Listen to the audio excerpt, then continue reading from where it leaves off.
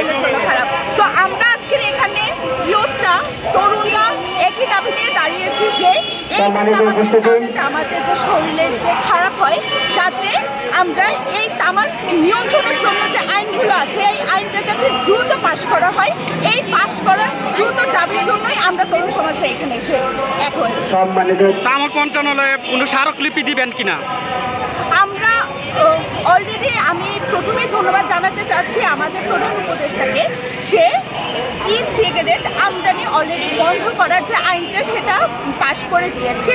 আমরা চাই এটা দ্রুত যাতে কার্যকর হোক। আর এছাড়াও আমাদের আরও অনেক দাবি আছে, যেমন পাবলিক প্লেসে ধূমপানের যে একটা জোন আছে নির্দিষ্ট এরিয়া, আমরা চাচ্ছি সেই জোনটা যাতে বিলুপ্ত হয়ে যায়।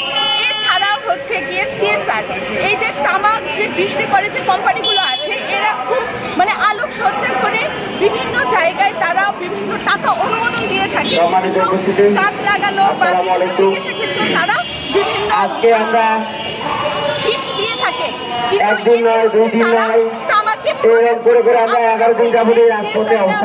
বন্ধ হয়।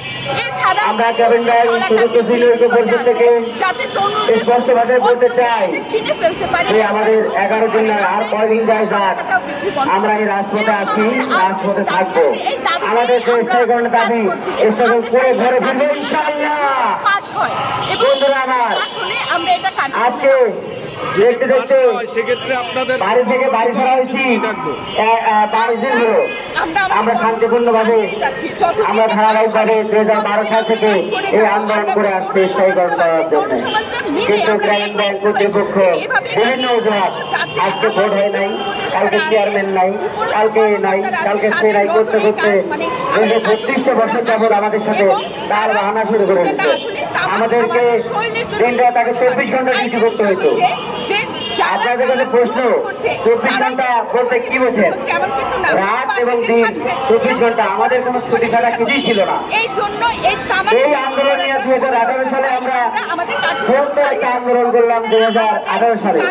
তারপর সেই 24 ঘন্টার কর্মসূচি থাকবে সেখান থেকে ডিউটি আসলো 8 ঘন্টা, কিন্তু বাস্তবে ডিউটি হলো যে 8 ঘন্টা ডিউটি নয়। আমরা সকাল 7টায় যাই, রাত 12টা 1টার আগে আমাদের কোনো ছুটি হয় না। তার মানে কি, আজকে 24-এর যে গণ অভ্যুত্থান হইল সেখানটা থেকে আমরা যে বৈষম্যের শিকার, সেই বৈষম্যই রয়ে গেলাম, আমরা সেই বৈষম্যের জায়গাতেই রয়ে গেলাম। তাহলে আজকে 7টার সময় অফিসে আপনারা গল্প শুনছেন যে কেউ 1টা পর্যন্ত থাকেন। আমরা শুধু আমাদের এই কথাগুলো আমরা মন্ত্রীর দপ্তরে জানাইছি। আমরা বাংলাদেশের যে আমাদের গ্রামীণ ব্যাংকের বর্তমান কর্মরত